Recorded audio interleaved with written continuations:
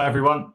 It's just hit 3 o'clock in London, so aware that there are probably quite a few people still waiting to join. But welcome to the Political Violence and Civil Unrest Trends webinar for 2025.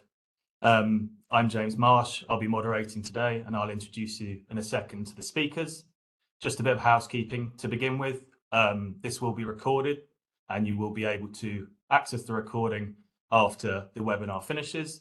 You will be muted for the duration, but you will have the ability to ask questions through the Slido app. This will be available in a second, and it will also be available after the bulk of the presentation. The presentation itself should be about 45 minutes, so hopefully there is plenty of time for questions at the end. So in terms of our speakers today, I'm pleased to say we have Srdjan Todorovic here, who is Head of Political Violence and Hostile Environment Solutions at Allianz Commercial. We also have Rishi Baviskar here, the Global Head of Cyber Risk Consulting at Allianz Commercial. And Sarah Versavaud joins us from France. She is the Political Violence and Terrorism Claims Global Practice Lead for Allianz Commercial. And I am the Senior Underwriter for the Political Violence and Terrorism team at Allianz in London. So if we can go to the next slide, please. I'll just run through quickly what we're going to go through today. The agenda will be an overview from me at the start, just around why we're here exactly, looking at the risk barometer and the recent political violence report that was released. Then Serge will deep dive into a few topics within the political violence report, starting with civil unrest, moving to terrorism, then state-sponsored terrorism, state-sponsored sabotage, This is where Rishi will take over and speak about the grey space areas where there's cyber activity involved. And then Sarah will look at the political violence and civil unrest claims outlook, both in the past and looking forward. And as I say, there will then be a question and answer session. So if we could just share the Slido now on the screen, if everyone can scan the QR code, and then we can have this going throughout the session. And as I say, we will have this again at the end after the presentation in case you missed this now. So, to the overview. If we could just go to the next slide, please. So this is from our Allianz Risk Barometer. We had our 14th Allianz Risk Barometer take place at the end of 2024. This is a barometer to ask brokers, clients, trade organizations, and also Allianz staff, so underwriters, claims, etc., what their top corporate concerns are in the world. Over 3,700 people responded, which is fantastic, in over 100 countries. So there's real far and wide scale to this barometer. And as you can see on here, the top ranked topic was cyber, followed by business interruption and natural catastrophes. However, political risks and violence for a third year in a row made the top 10, and it hit number 9 here. And as I say, there's political risks and violence at number 9 here. Cyber also links in this in terms of grey space actors, etc. So we'll be touching on the cyber element as well as the political risks and violence element. So not only did political risks and violence, if we could just go back, please. Sorry. Political risks and violence finished 9th here, but it was also in the top 5 for many countries around the world. They included France, the UK, Kenya, and Ivory Coast. But looking at the geographical spread, it also made the top 10 in places like Mexico and Argentina, and China and Hong Kong, as well as South Africa. So this shows that across many continents, this is a rising concern for businesses. Also, when you look at industry segments, it ranks in the top 5 for aerospace, aviation, and defense, as well as entertainment, which are quite two distinct areas. And it just shows, again, the breadth within the industry segments, as well as the geography. Lastly, it's worth pointing out that whilst it ranked 7th for large corp businesses, it also ranked in the top 10 for small and medium-sized. So no matter where you are in the world, no matter what your industry segment is, and no matter how big or small your business is, this is a serious concern, and it seems to be growing. The last 3 reports had us in the top 10, the political risks and violence, and this has also led to the political violence report, the first of which we released last year, and the second was just come out recently, which is the reason that we're doing this today. So if we can now go to the next slide, please. So this is a little more granular detail as to which political risk and violence exposures your business was most worried about, as answered by the respondents to the risk barometer. As you can see there, the numbers add up to way more than 100, and that is because you could answer for more than one on each topic. So the first one, civil unrest and riots. We've seen a massive uptick in this in the last few years. Notable examples include Chile in 2019 and South Africa in 2021. But again, this is spread across many continents around the world. The reason for this has been linked to political, also economic issues. Serge will go into this in a little more detail in a minute. You then have war risk, which follows closely behind with 48% of respondents. Obviously, everyone will have seen the invasion in Ukraine by Russia, but also the issues in the Middle East between Israel and Palestine, wars that have continued into Lebanon and the Houthis. But there are also other wars around the world that are probably a little less reported on, such as in the Democratic Republic of Congo, in Sudan, and also in Myanmar. So this is a regional issue for some parts of the world and also an international issue in respect to these big wars. The impact on supply chain was number 3. This was brought about probably most acutely after the COVID-19 pandemic. And then this was definitely exacerbated by Russia's invasion of Ukraine, where lots of foodstuffs needed to come from Ukraine and Russia, and supply chains were felt and hit hard around the world. In case you don't know, political violence and terrorism coverage can actually offer contingent business interruption, which can identify your key bottlenecks within your supply chain and cover for key customers and suppliers, whether or not that's in the country that your business is actually operating in. Next, we have terrorism and sabotage with 40%. Now, terrorism and sabotage as a combined offering was the foundational building block of the standalone political violence market following 9/11. Terrorism for your political, ideological, or religious violent act, and sabotage your more subversive act. However, as Serge will speak to in a minute, these two things, whilst they were grouped together at the start, are a little more divergent in terms of where they're going, and acts of sabotage are becoming more prevalent around Europe and around the world. So it remains to be seen whether these two should be lumped together or not. And lastly, we have protectionism or government intervention. Now, bear in mind that this barometer was taken at the end of 2024, which was before Trump announced his tariffs. This number will no doubt have gone up had this barometer been taken place last week. So it remains to be seen how this impacts the world, whether economic warfare, trade wars end up leading potentially to growing nationalism and even real warfare from there. So that's a quick snapshot as to why we're here. I'll now pass over to Srdjan, who's going to speak in a little more detail around the top risk there, civil unrest. Thank you, James. I hope everybody can hear me, and thanks for joining us. So civil unrest, or strikes, riots and civil commotion, SRCC as a short, has been a topic of conversation for a number of years for the insurance market, but also our clients. As James showed, it's been a large driver of our clients' concerns. It was number 1 for a number of years in their responses to our risk barometer. And there are absolute reasons why it is that. So 2024 was dubbed the Uber election year, or where over 50% of the world's population went to the polls. A concern around this was that it would lead to large-scale civil unrest on the streets of the countries that are having elections. However, it's obviously good news that this did not materialize to the same extent. However, it did not pass. 2024 did not pass peacefully, which I will talk about in a second. As James alluded to, some countries have more concern around SRCC than others. He mentioned a number of them. Main concern in countries like Colombia, France, South Africa, UK and US was SRCC in our risk barometer, which, if you see the patterns of events over the last 5 or 6 years, explains why this was the case.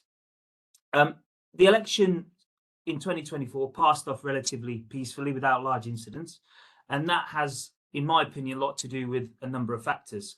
I think a lot of the elections were clear-cut victories for a certain party, which resulted in lack of disputed elections across the world. And obviously that helps with cementing coalitions in government or just appeasing the people that are voting. There was a large increase in what I would classify also in protest votes, alternative voting. Alternative parties did really, really well, or newly formed parties. Some would say populist parties as well. So if you look at the United Kingdom, the Reform Party did incredibly well as a percentage of the vote in the UK.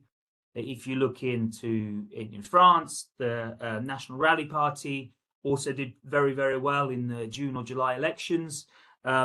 Also in Germany is the case over the last few months. But you can also look back into 2024, and probably the biggest election that we had was in the US. And you can see that Trump's Republican Party, which has shifted more right on the spectrum, in my opinion, did also very well. And the margin of victory in the US election was pretty clear, and therefore the violence did not materialize. But it's not to say that it passed off easily. For example, there were disputed elections in Mozambique, and months after the elections, I think they were in October last year, there are still protests and violence, communal violence in the country. So it just shows that there are still some electoral related issues. The biggest driver around for SRCC around the world has been really the policy change resulting from some governmental change or the economic hardship. So what we saw across the globe was voting reform in New Caledonia, leading to mass protests and riots and civil unrest, and that lasted for months in the country. Tax reforms or proposed tax reforms in Kenya also resulted in large-scale protests and violence against the government, but also against businesses in general. We saw cost of living protests in countries like Mozambique, Venezuela, and a number of other countries. Not Mozambique. God, I've forgotten the name. Forgive me. Yeah, the name escapes me now. But and we envisage that in 2025, with the tariff announcements, there will be more to come in 2025. I was going to say Martinique. Apologies. Immigration and increased populism is the other reason for SRCC or protests that we've seen across the world, and this is largely concentrated around Western Europe and North America. And we saw a combination of protests, but also political parties doing well as a result of this. And what we also noted is that although the violence was short-lived, in some cases there was an increased duration of protests or offshoots of those protests. So that would suggest to me that the SRCC peril is now lasting for a longer period of time in certain cases. If you go to the next slide for me, please. Thank you. So the protest outlook into 2025, as we saw a pattern in 2024, we also see the governmental change and policy changes leading to protests around the world.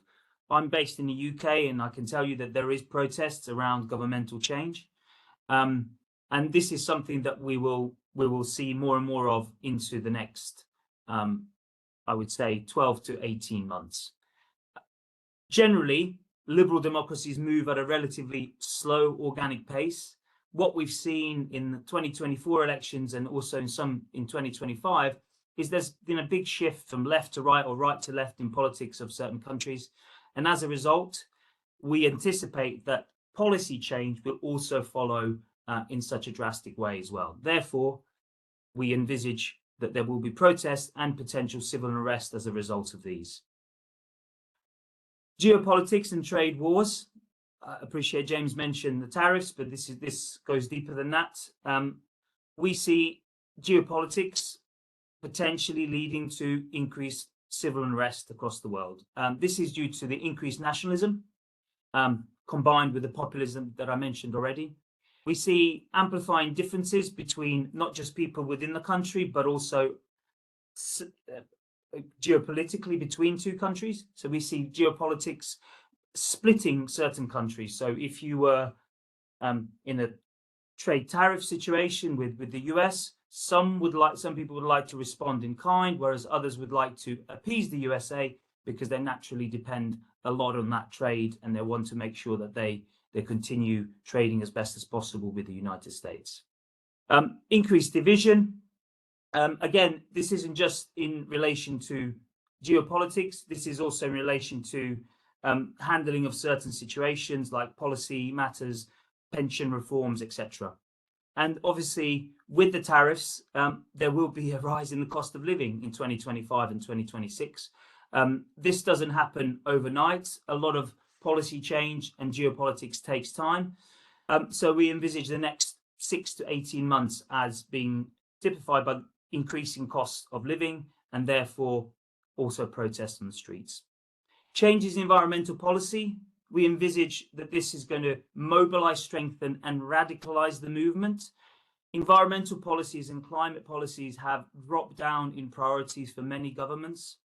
Many have rowed back on their promises of net zero. And of course, this will radicalize people, especially environmental campaigners. And we see protests around the environmental topic increasing in the next 12 months. And combine this with social media and potential misinformation, which has already done a lot to fuel protests and enraged citizens. We again see this going forward, especially when you add some rogue state actors which want to encourage this type of misinformation. If you can move on to the next slide for me, please. Thank you. So, terrorism risk. This is the other topic which James mentioned, and one of the key drivers of terror risks over the last 24 months has been the Islamist groups and far-right movements. We're talking particularly here about Sunni extremists and far-right extremists in Europe in particular, and these are often fueled by the war in Gaza, the war in Lebanon, as well as the general anti-immigration position that many political parties and countries have taken in Europe itself. So from a rise of terrorism perspective, we see that there is a good environment, or bad environment, if you want to call it differently, for radicalism to increase. As you can see from the stats on the screen, the terror attacks from 2023 to 2024 increased by 63%. And although there were largely small-scale attacks, there are a number of large attacks, which I will mention in a second. With regards to high-profile events of 2024, and we see this pattern going into the future as well, maybe even going all the way up to the LA Olympics and bigger events like the World Cups, high-profile events faced an increased heightened security threats in 2024. We saw direct threats against the European Championships across Europe. We saw the Olympics also start with a bit of a bump, as well as obviously the threats based around that. And we saw threats to music tours or large tours around the world. One in particular was the Taylor Swift cancelled concerts in Vienna. I think that was in the summer of 2024. You could just move on to the next slide, please.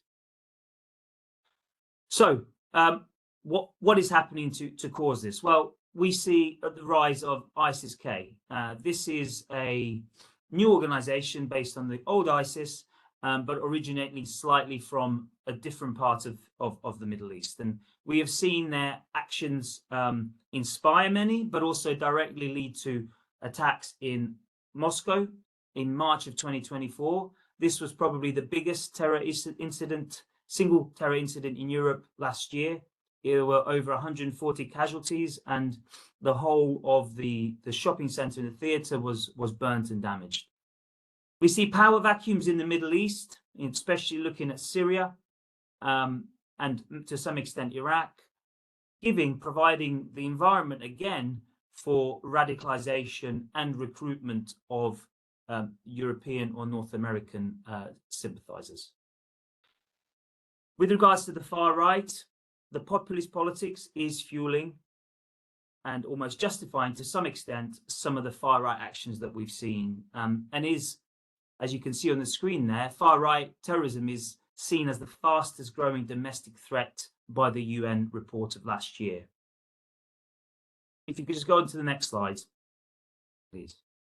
However, this is not the end of it. We do see lone actors, particularly, increasing over the next 12 to 18 months.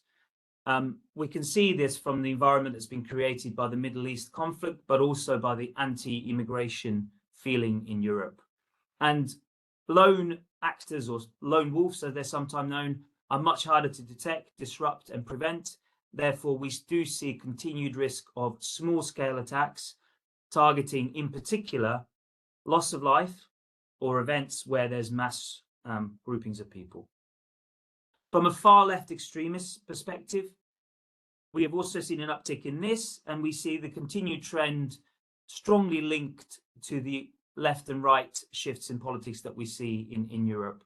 A lot of the far-left extremists are focusing their efforts and targets on particular companies or individuals linked to capitalism and general capitalist environment. It's also linked to climate change, which puts me nicely into the environmental and climate activist area. So, as I mentioned in the SRCC section, what we've seen traditionally with environmental and climate activists is acts of nuisance, targeting, in particular, roads, blocking entrances, transportation, maybe aviation industries as well. What we see now is that the shift has moved to the extreme of this. And we saw this last year in Berlin, when the group called Vulcan attacked the power grid outside of Berlin. We also see the environmental activists targeting infrastructure in London, targeting the City of London telecommunications, and there are a number of other topics that we see across the world. And it is an extremism that is certainly rising together with the others that I've mentioned. Jumping on to something that's going to maybe be covered slightly by Sarah as well, is the terrorism classification and changes too. What we've seen is that as certain actors which were traditionally associated with protest group move to the extreme, like environmental activists, potentially anti-immigration activists as well, there is in some cases that the government has looked to classify these events as terrorism. And of course, that is not a challenge just for the insurance entity, that's also a challenge for our clients, because ultimately if a government classifies something as terrorism, well, traditionally they've associated environmental or climate activists with protests and strikes, it could cause issues with policy documentation and coverage. So on the whole, we expect 2025 and 2026 to see an increased frequency, maybe not the severity of the type of events that we've seen across Europe this year, which included car rammings, stabbings, shootings, and a number of other plots. You could move on to the next slide, please. Thank you. So I'm covering this topic in combination with Rishi. My first point is to mention sabotage. Sabotage, as James alluded to, has often been traditionally packaged with terrorism because it was seen as such at the time. However, what we now see as sabotage is what we saw as sabotage before, and what we see now is changing quite quickly and radically. Sabotage attacks are one of the fastest growing attacks that we see in the insurance market, and generally in Europe in particular. There is an argument that they are state-sponsored, but this is the problem. The issue, slight difficulty with this peril, is that there is plausible deniability by the actors or accused people about the acts of sabotage. Now, what do I mean by sabotage? So, as James suggested, it is a subversive act targeting infrastructure or various type of maybe utilities, etc., in a particular country. There is a risk of non-certification in the sense, or poor certification, or uncertainty around certification. That's something that we're going to have to tackle a little bit more going forward. It is a new front which has directly correlated with the Ukraine war, but it's not exclusive to Europe. We also see a big risk of sabotage in Southeast Asia, where China is exerting its influence in the region, and that's certainly a topic of conversation that we talk about a lot in our market. If you could move on to the next slide for me, please. To mention, before I go on to this, a couple of points here is that the sabotage element is the trickiness or the difficulty around is that also covers a number of different lines of business within the insurance market, as well as the political violence space. It could also be classified as a malicious damage attack or malicious act, and it could maybe be covered in the property space, in energy, in construction. However, if you combine the cyber element, which hopefully Rishi will go into a little bit more detail about now, you add another huge risk category within this space. So Rishi, if I can pass on to you, that would be great. Thank you. Perfect. Thank you, Sarj. Can we go to next slide, please? Okay. Hi, everyone. I'm going to talk about new tech versus old tech and how it has increased the threat of rogue state-sponsored damage and disruption. So on our slide, we can see from our own Allianz Risk Barometer, top 5 cyber risks, which are highlighted by our clients. These are cyber risk companies are concerned about globally. First one, obvious, data breaches, followed by cyber attack on critical infrastructure and physical assets, which contributes to 57% responders that organization has identified this as a top exposure to them. Followed by ransomware, supply chain attacks, and business email compromise. I'm going to focus on cyber attacks on critical infrastructure and physical assets, because the consequences of such attacks can be both widespread and deeply disruptive. So the first one, data breaches, quite obvious, everybody talks about it. But when we talk about critical infrastructure, the traditional cyber attack, which are aimed at data theft, critical infrastructure attacks are beyond data breaches. So there is a potential of cause of physical damage. Therefore, the tangible cost around these incidences can be more than just loss of data. It could be downtime, so business interruption leading to revenue loss, physical damage, obviously. There could be repair losses as well. Similarly, supply chain, sometimes environmental damages, so spillage of chemicals, releases of hydrocarbons, those type of things can happen. Obviously, safety to employees and public is concerning.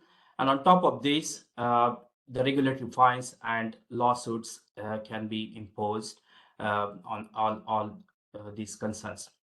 And needless to say, there will be severe reputational damage as well for a company. Next slide, please. Okay, so here I'm going to talk about what happens if a critical infrastructure comes under attack. So when a cyber attack is targeted towards a critical infrastructure, the main goal is basically to cause chaos, specifically operational chaos, or maybe economic disruption, or even physical damage. So what are the sectors which are vulnerable to such attacks? Those could be energy, utilities, transportation, logistics, manufacturing, production, healthcare, even financial institutions. The reason being, these systems are quite old because they run on something called operational technology or industrial control systems, and they have legacy issues. So if we expose them to internet, they are not secure enough, and we just open the door for hackers to hack it. They have obsolescence issues, they are insecure by design and very hard to patch. And if they are hacked, it could create potential hazardous scenario. Secondly, supply chain weaknesses. We have seen lots of supply chain attacks, also targeting cybersecurity companies like SolarWind and Kaseya we saw in the past. Those compromised trusted vendor had a global impact, and that was instant. That affected lots of industry in one go. Unusual human error, poor patching, sloppy admin practices, access mismanagement, all those contributes to these vulnerabilities. So let's have a look on a couple of examples of energy or utilities industry as affected due to cyber attack. One of them is Ukrainian power grid shutdown that occurred in 2015, where black energy malware was used, which led to this massive power outage. About 250,000 customers were affected. And this was attributed to Russian state-sponsored actor. Secondly, the ransomware, obvious one. We have seen lots of ransomware attack. That's number one risk as well. We saw that on energy and utility sector. So it caused a pipeline shutdown in 2021. Colonial Pipeline in US, that went down for several days. It impacted lots of customers, also airlines along the east coast of United States. And one of the interesting one is 1.5 billion Bytebit crypto hack. So this crypto exchange was hacked earlier this year in February. It was linked to North Korean trader group. They stole $1.5 billion of cryptocurrency. Now this obviously, it's on financial institution, but this goes beyond the financial crime because this was state sponsored. It could directly intersect with the financial risk. It can disrupt the financial markets. And what it does is it diminishes our trust in the digital platform, this cryptocurrency exchange platform. So it has a broader implication on the economy. And the money stolen can be used to lead political violence. It can fuel social unrest and so on. Next slide, please. Okay, Saj already mentioned this, that cyber threats are rising, and what's happening is along with that, the spread of misinformation. So our reliance on digital technology is quite high nowadays. So we use cloud, we have bring your own devices, remote working, we got lots of Internet of Things connectivity. So at the same time, there is lots of conflict going on around the world. So making whole global situation very unstable and unpredictable. Cyber attacks obviously becoming very sophisticated. And because of this, now we face a critical and evolving challenge, which is a pervasive spread of misinformation. So what happens here is a flood of misinformation or false information spread unintentionally. And at the same time, a disinformation, which is spread of deceptive information deliberately spread across different digital means. And this is not happening in isolation. So the targets are not just PCs or computers. It's our trust as well, our perception about things. And who takes advantage of this? The APT, Advanced Persistent Threat Actors, because they have lots of resources, time, money, technology.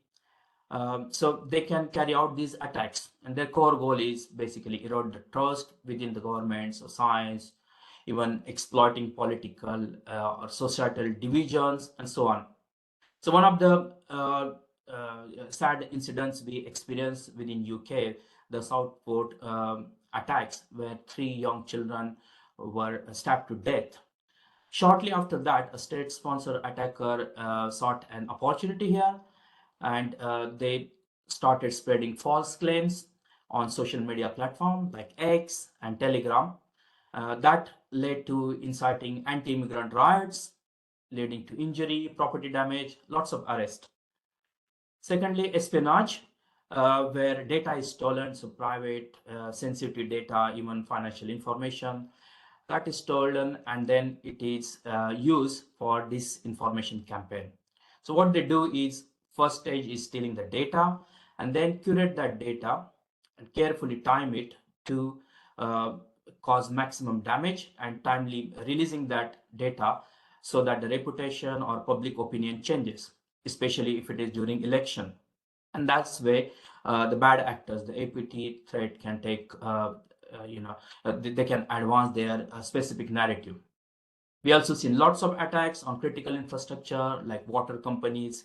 Last year, utilities company in Texas and Indiana were hacked, and that was attributed to Russian state-sponsored attacker called Cyber Army of Russia Reborn.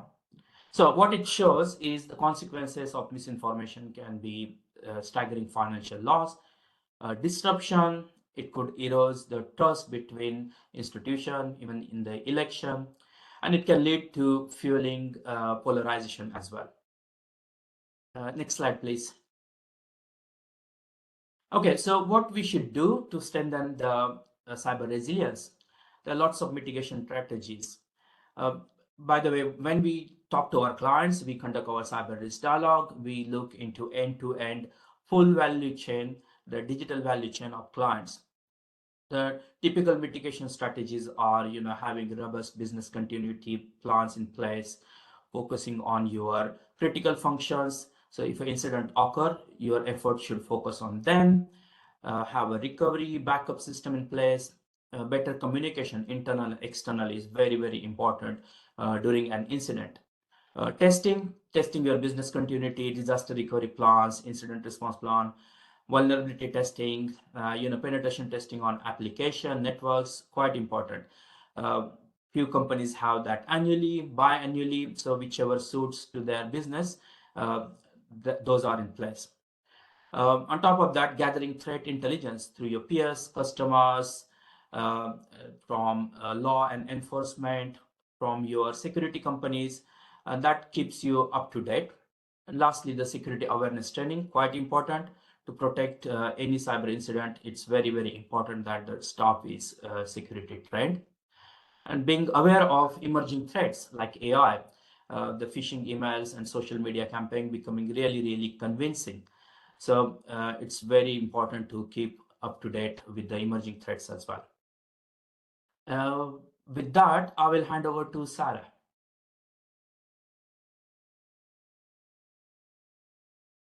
Many thanks. First, thank you so much for joining our webinar today.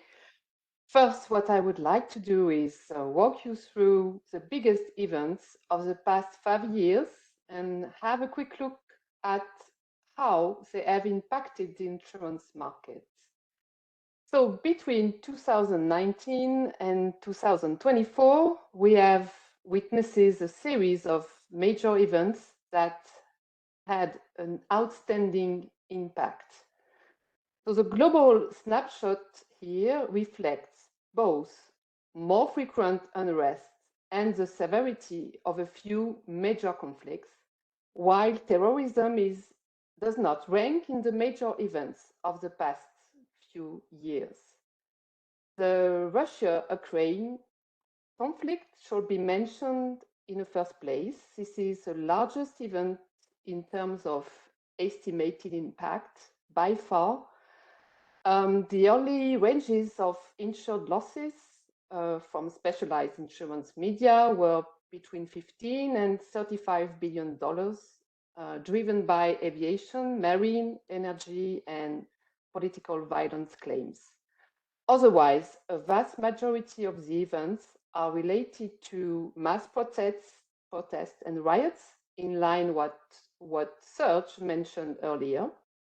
You will remember the riots in Chile in 2019 and the George Floyd protests in the US in 2020, and each brought $2 to $3 billion of insured losses. The riots in South Africa in 2021 and in France in 2023 were major events too. More recently, last year, we've seen as well massive riots in New Caledonia, which is a French overseas territory. This event impacted commercial risk and retail business, and this was a quite long-lasting event. The state of emergency lasted for months, and the riots got especially very intense over the first 2 weeks.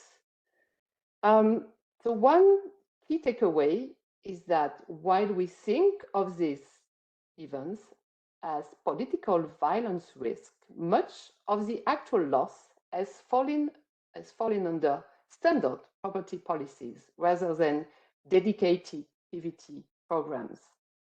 And this led property underwriters to rethink how much SRCC exposure they can take on realistically.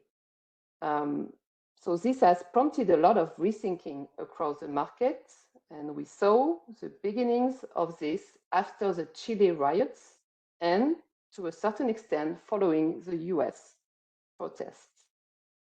Next slide, please. Now let's take a closer look at France, and let's compare two major riot events experienced in 2005 and in 2023, then nearly 2 decades apart. Both events were sparked by police incidents and quickly escalated countrywide. In 2005, riots lasted about 3 weeks, burning over 10,000 vehicles with insured losses around 200 million euros. So this was a serious event which raised awareness of urban riot risk, but it didn't lead actually to major shifts in underwriting. Insurance losses at that time were mostly driven by motor damage. By contrast, in 2023, just 1 week of unrest hit 500 towns with 5,000 vehicles destroyed and very significant damage to public building and retail. Any size of business was impacted, from SME to large corp, and insured losses went up to 730 million euros. So this has been the largest riot loss in modern French history. So what do we see there? So we see that the recent riot event was more violent and propagated more quickly than in 2005. So the intensity is really outstanding here. The media and social networks are thought to have played a dominant role, encouraging the spread and the escalation of malicious acts. And the key takeaway is not just the cost increase, but a shift in the risk concentration from peripheral to central urban areas, with deeper impacts on commercial property and public infrastructure. In 2023, the impact profile was different. We saw a far greater effect on private businesses and retail in particular, and this amplified claims under commercial property and business interruption covers. Next slide, please. So now, I would like to focus on the practical realities of handling PV&T claims, what really happens when an event strikes. So we see in a consistent manner 2 main challenges. The first one is to get access to the lost location. Damaged sites are often unsafe or under government control. So this delays inspections and slows the claims process. So we've seen that for Ukraine war claims, and more recently this year for claims in DRC out of the M23 rebel group actions. Secondly, the key challenge is evidence collection. We can easily imagine that in the immediate aftermath, the situation can be very chaotic, and it's difficult to gather proof like damage picture or financial records. And third, as already touched on this as well.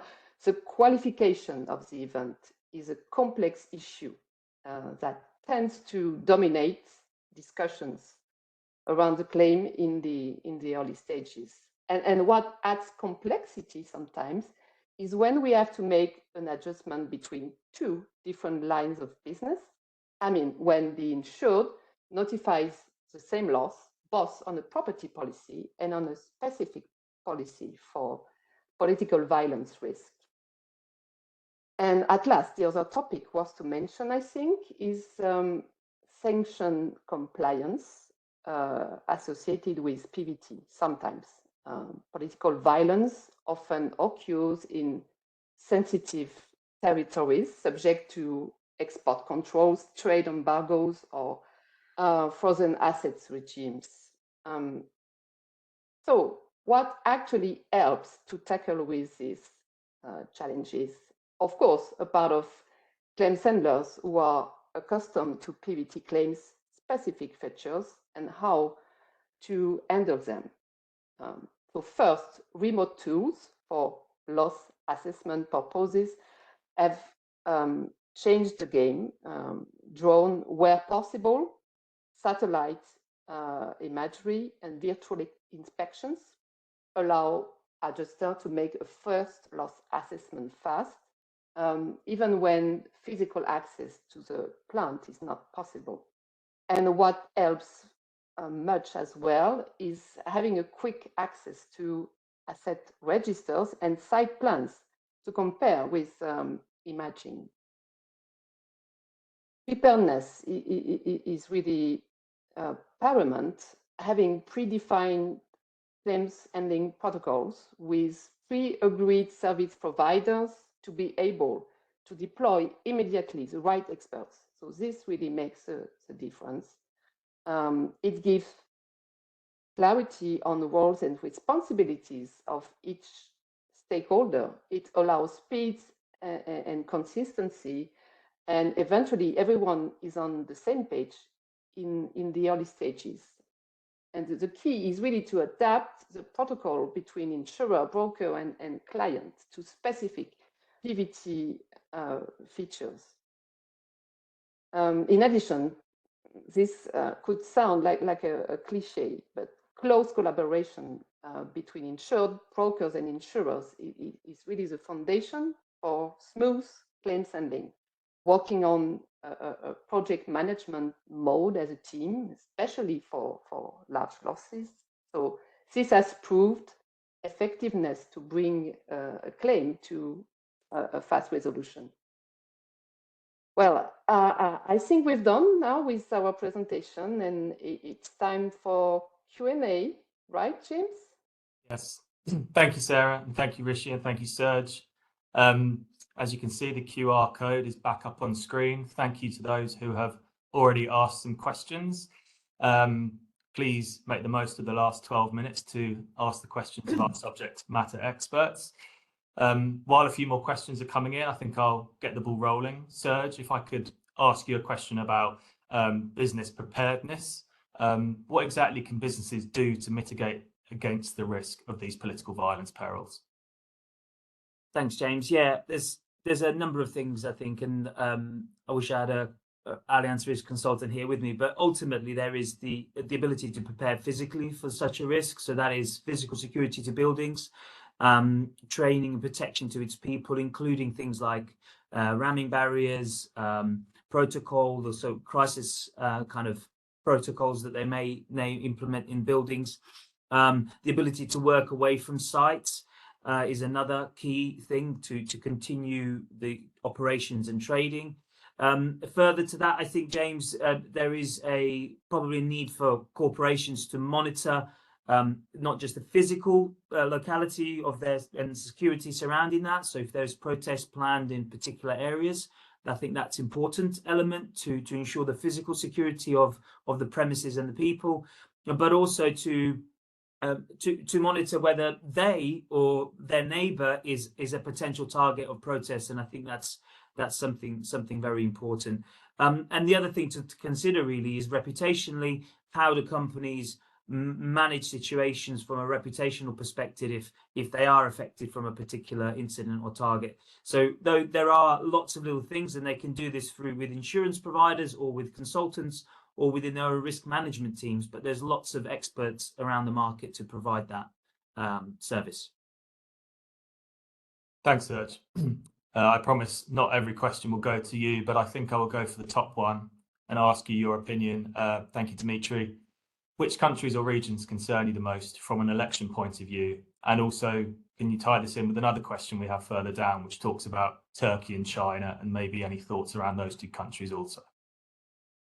Yeah, okay. So I think from an election point of view, as an underwriter, I've always had a concern around LATAM elections, so elections in Central America and South America. For me, just monitoring it from a long way away, to be fair, is that there is there is usually a shift from left to right or right to left, as I mentioned, in elections, and those can be quite extreme in some cases in the LATAM region, and there is a culture of protests in the region as well. So combining those two big shifts, which I mentioned, and then the cultural protest element, that's something that concerns me. I would also say Africa as well, particularly when there are disputed and close elections, or when there are not true democratic processes are followed. I think that's something that we've got to be concerned about, like we saw in Mozambique in the last I think 6 months or so.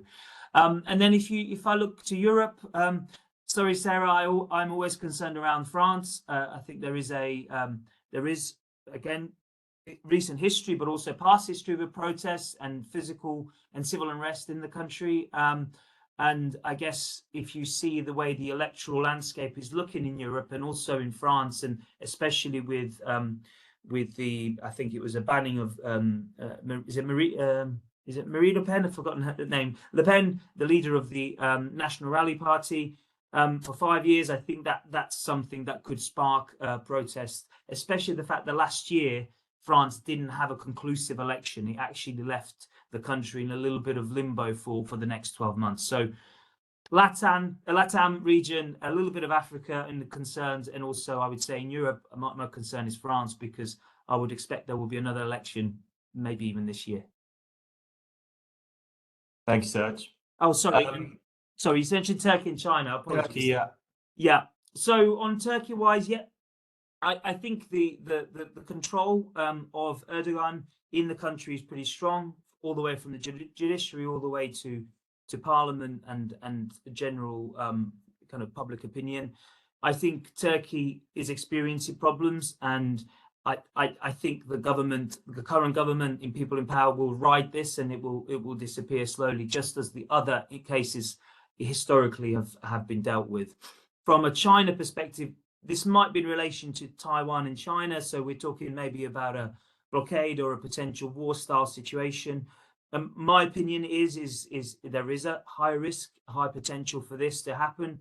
My hope is that it doesn't. I think it will have a severe effect on the global economy, and it could be pretty devastating in terms of the region. But there is an insurance concern there, but there's also more of a human concern from that dynamic and that geopolitical issue. Thanks, Serge. I think you took us around 5 continents there, so good answer. I'm going to skip down to Mike's question here so I can ask Rishi, if that's okay. Mike asks, are we getting closer to cyber attacks leading to physical damage losses through manipulation of OT systems, for example? Sure, yeah. Yes, we are getting closer. We're seeing lots of inquiries around this type of exposure. The risk is growing, but there is a gray space around physical side of cyber incident. The reason is if it is a data breach, there are mandatory reporting laws. So because of that, we see them in news. So there's lots of media coverage and so on. But if it is a small event leading to physical damage, unless there is a claim or notification, we don't hear about them more. But I would just highlight a few examples like German steel mill attack, Stuxnet, Polish tram derailment in 2008. So all of them cyber attacks led to physical damage. We also saw a couple of years ago Polish state railway cyber attack. So there are lots of attacks happening. It just we don't hear much of them because of they don't get media coverage. It's a risk. We don't exclude the possibility. Of course, it's a gap in our knowledge, but the true extent of cyber physical damage following a cyber incident would be reality soon. We're talking about autonomous vehicles, water companies, dams, lots of billions of IoT devices getting connected. So there is always a potential of physical damage. All these sectors are at different stages of maturity. But yeah, we will see more cyber attacks leading to physical damage. Thanks very much, Rishi. I'll go back to the top now, which I think probably is for Serge again. It's from C Grub, and they say, as we've seen from wildfires in the US, insurance providers are increasingly tightening their requirements, leading to higher costs and in some cases refusal to insure. Do you anticipate similar trends in the area of political violence and civil unrest? So there are sections sections of our coverage that have been withdrawn in certain countries over the last few years. That is, if you look at Ukraine, from I think the end of February 2022, there was no capacity to insure for war coverage in Ukraine from the political violence and terrorism market. So in that regard, yes, once incidents really start to happen, there is a general shrinking or complete disappearance of capacity within that space because of the potential for real catastrophic events. If you continue underwriting through those, it's obviously it's very, very difficult to do that, especially when you have reinsurance also playing such a big role in everything that we do. But in terms of civil unrest, if I look at that, I would say it will be difficult to anticipate complete removal of civil unrest capacity. So if we talk about war, yes. If we talk about civil unrest, I think because it covers so many different lines of business, from property, construction, energy to political violence and a few others, and marine as well, it's hard to envisage that civil unrest capacity will be removed totally from the market. Even when we saw the Israeli conflict and Gaza conflict, we saw a big shrinkage in available war capacity, for example, but we didn't see a total disappearance.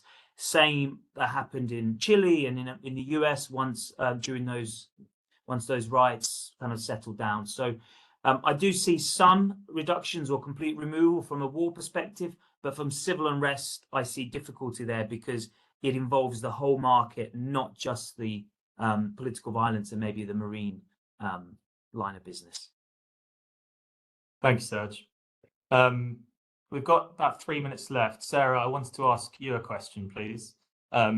It's around government indemnity schemes and how they interact with private PV&T policies. Could you give us a flavour of the answer here, please?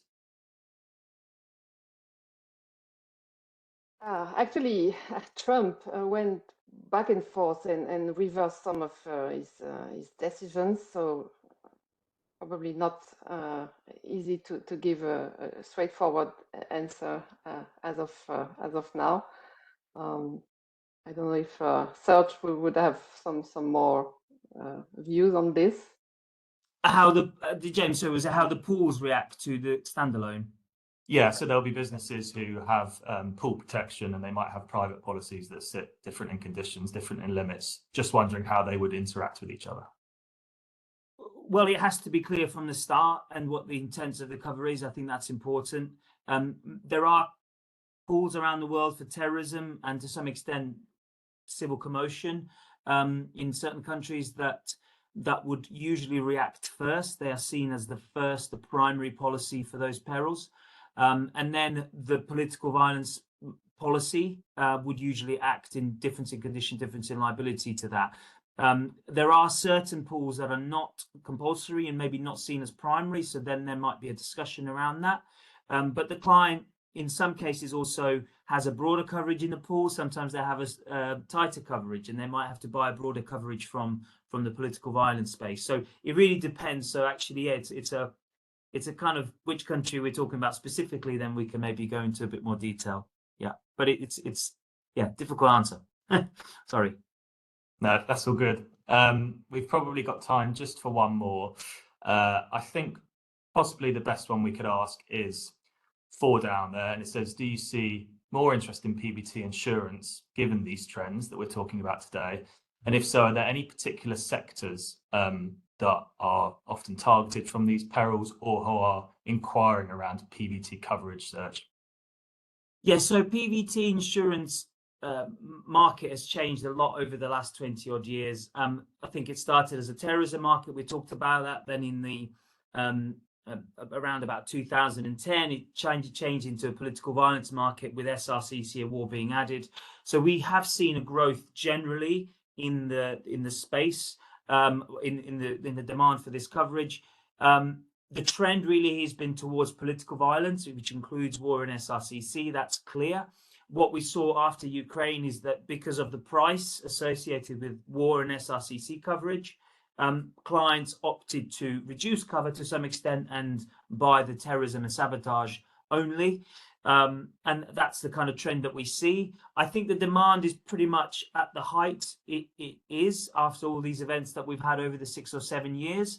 And I would say because of the last 2 or 3 years, because of Ukraine and Israel and a couple of other issues around the world, we've seen coverage shrink generally in the market and what underwriters are willing to offer. But we're seeing that easing now. So it's a good time to be a insurance buyer in the political violence space, if I can answer very honestly there. Great.